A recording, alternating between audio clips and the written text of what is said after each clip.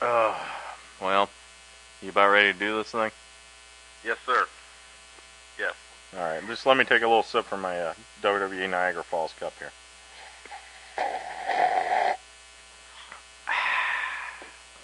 Is that good?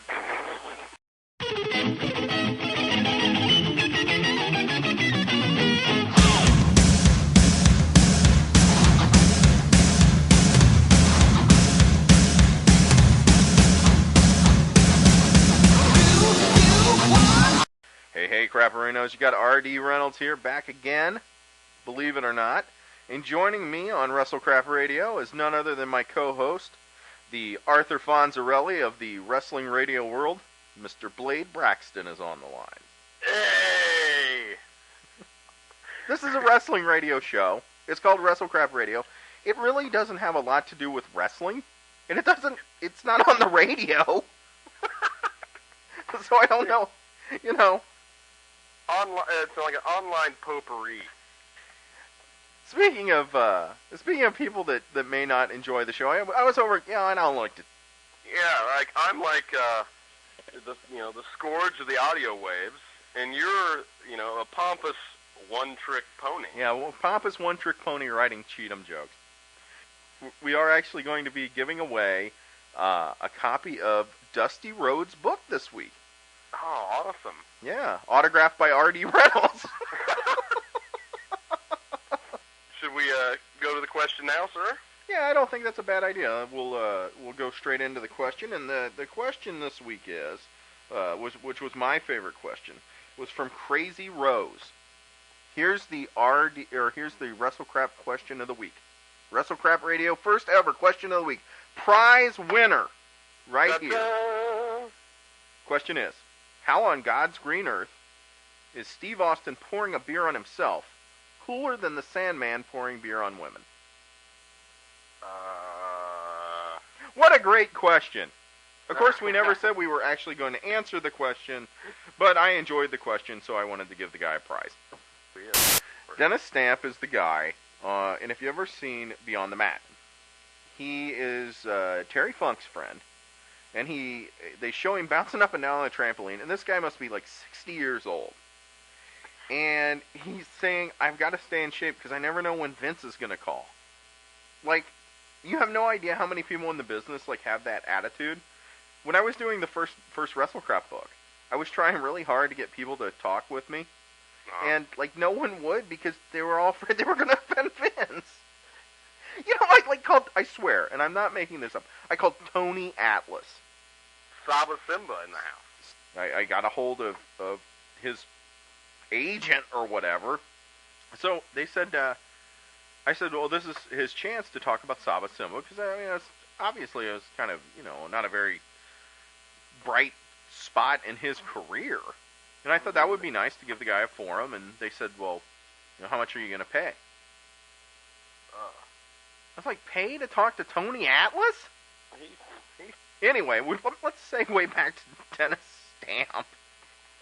Dennis Stamp is the guy bouncing on the trampoline. And I think if we had him on the show, every week when we call, he should be forced to bounce up and down on the trampoline. Because he's on the phone. Wouldn't that be awesome? That would be awesome. And we could actually, get a webcam going maybe.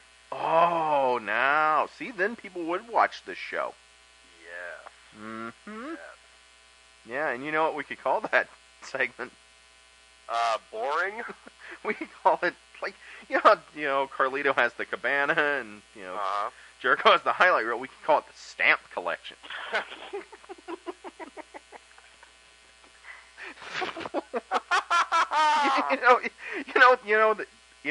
I make fun of WWE for some of their gimmicks. But when you talk about, he came up with, beaver cleavage, and, he's really, and you say, well, that's, beating people over the head, and that's not funny. But you look at it, and then you have, James Bond, and you got, Octopussy, and it's like, what's your name? My name's Pussy Galore. It's like, oh, I must be dreaming. That's Ian Fleming, such the master of subtlety. Yeah, I wonder if his name's really Ian Fleming or Vince Russo. So anyway, we watched Raw. What did you think? Did anything catch your eye? Well, of course, I'm not going to say catch my eye or catch anything, but of course we had the big Diva Search winner, of course. You know, here's the thing about the Diva Search. People are probably sick of me talking about this. They have all these beautiful women. I don't give two shits about them. You know what I mean? I mean, I just don't care because they're just like, they're faceless. I have no idea who any of these girls are. This Diva Search, again, it wasn't so funny. I mean, it wasn't like funny this year. It was just horrible. Yeah, I mean, like, it's just, at least last year, you had, identifiable people, you had, Yep. had Christy Hemme, who, looked like she walked out there strung out on crystal meth, bouncing around and eating pies with her ass, But, Yeah, we didn't have anybody this year saying, my ass is hungry. So Ashley, she was in the hot dog eating contest, and remember, she just looked like she was really upset that someone would ask her to eat something. To eat a hot dog, she looked like mad. Hey, guys, she looked like a tranny. She looked like a tranny to me. I know people are gonna be like thinking we're insane, but I swear she looks like she has a mustache. Is that just me? And I don't see the thing is these girls have like no personality at all. No. I mean, what is Ashley's gimmick?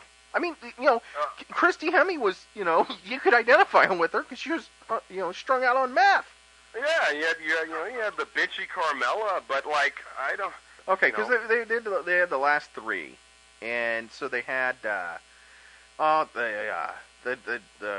kind of exotic looking girl. I don't even know what nationality she was or anything. Here's how I describe a woman as an exotic on TV. She's not blonde. Yeah, and she's not stacked. I hate to do this, and after last week's show, I promised that I wasn't going to do any 70s references, but to me, the last one, she looked like Chaka from Land of the Lost. Chaka! What the hell is a Chaka? I thought you were going to say Chaka Khan. Had she won, she probably would have rocked with a lot of people in the office. And then there was, oh my god! And then he had the other one, whose name was Elizabeth. Okay. She just looked like, I don't know, she had like real long legs and just reminded me of a mantis or something. So you got Zorak, you've got Chaka, and you've got a tranny out. Ladies and gentlemen, the 2005 Diva Search. And the winner is the tranny. And she gets a quarter mil. Yeah, come on now. Let me tell you something. Her gimmick is she dresses crazy and sticks her tongue out. The Kiss Demon does the same thing. What do you think of What do you think of SummerSlam? I hope it's good. So it's this kid on a pole, right? Is that the gimmick? The kid's going to be on a pole? Dominic on a pole. They're going to hang him from the ceiling. And they got to go up and grab him. That's a brilliant gimmick. Like a paper or something is. Oh, okay. It's the adoption papers or something. I don't know. Papers. It's the title to him. It's like you get a car and they give you a title. Yeah, and it's moments like this that really make you realize that wrestling is predetermined / fake. Because if it was real life, the minute the bell rang, both guys would run out and run as farthest away from that document as possible. Are you saying? Forcing referee Jack Doan to count them both out. And then he would have to go up. Yeah, he would have to go up and reach the papers and adopt Dominic. Well, the rumor is that the reason Hunter and Stephanie are off TV right now is because they're trying to have a kid. Hunter could do a run-in, and then they would have a kid. So there are other matches on. There's like Jericho versus Cena, and Eugene versus Angle. What have you thought of that? I don't know. I'll tell you the truth, I haven't thought of it at all.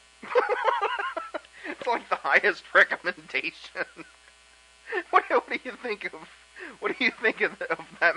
Are you excited for that match? I didn't even know that match was taking place. That's some fabulous promotion. There is one match though that they've done a very good job of promotion on, I think. And that would be Hogan versus Michaels. But I tell you, the one thing that kind of has me a little questioning is Hogan, because obviously he has the fake hip, and you watch the way like people work with him, like Kurt Angle this week. I mean, it was crazy because Kurt Angle is working Hogan, and he goes to give him the Angle Slam, and I swear to God, he like picked him up, and he set him down so gently. I thought he was gonna like pull out a blanket and tuck the Hulkster in. Yeah, I know. I mean, that's, what's Shawn Michaels gonna do for an encore? Give him some of Mommy's milk or something? What? What? Tuck him in, and give him some of Mommy's milk. Oh my God! I don't want to think about Hulk Hogan or Shawn Michaels giving each other Mommy's milk. This show has just gone to hell. Oh my God! No one's gonna come back to listen to this after talking about Hulk Hogan's Mommy's milk and squeezing the Hulkster's teat. Oh, I think they are, Deal. What? Oh no. Is this Hulkster milking music? Actually, dare I even ask why you're playing this Queenie music? Because I'm here to do the people of WrestleCraft a service. I don't even think I want to know. Just like we've been doing, we spent a lot of time reviewing SummerSlam card and reviewing everything that happened in the WWE this past week. But, a lot of people just don't have the time for that. Sit around and watch 4 hours of wrestling a week. What are they going to do? Listen to you recap things to this horrible music? No, I'm going to sum everything you need to know up in 17 syllables.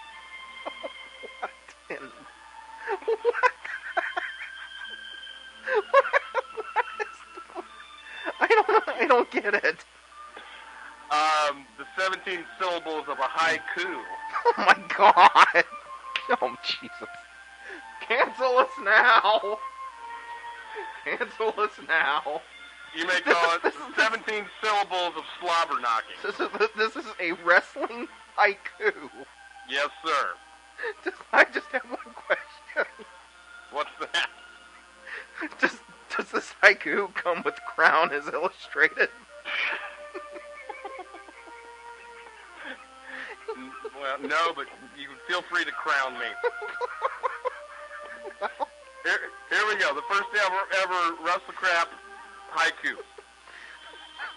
Wait a minute. This is going to be like a weekly feature. Yeah. Oh, Jesus. Beware. Oh, my God. Here we go. We're so canceled. Shawn Michaels. Excuse me.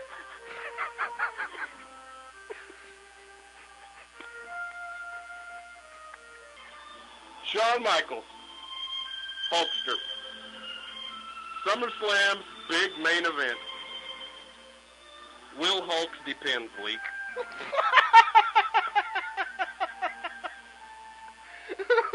And that's all you need to know. I have just summed up a week's worth of wrestling in 17 syllables. Fans, this is R.D. Reynolds signing off for probably the last time. And if you don't like that haiku, sit on it.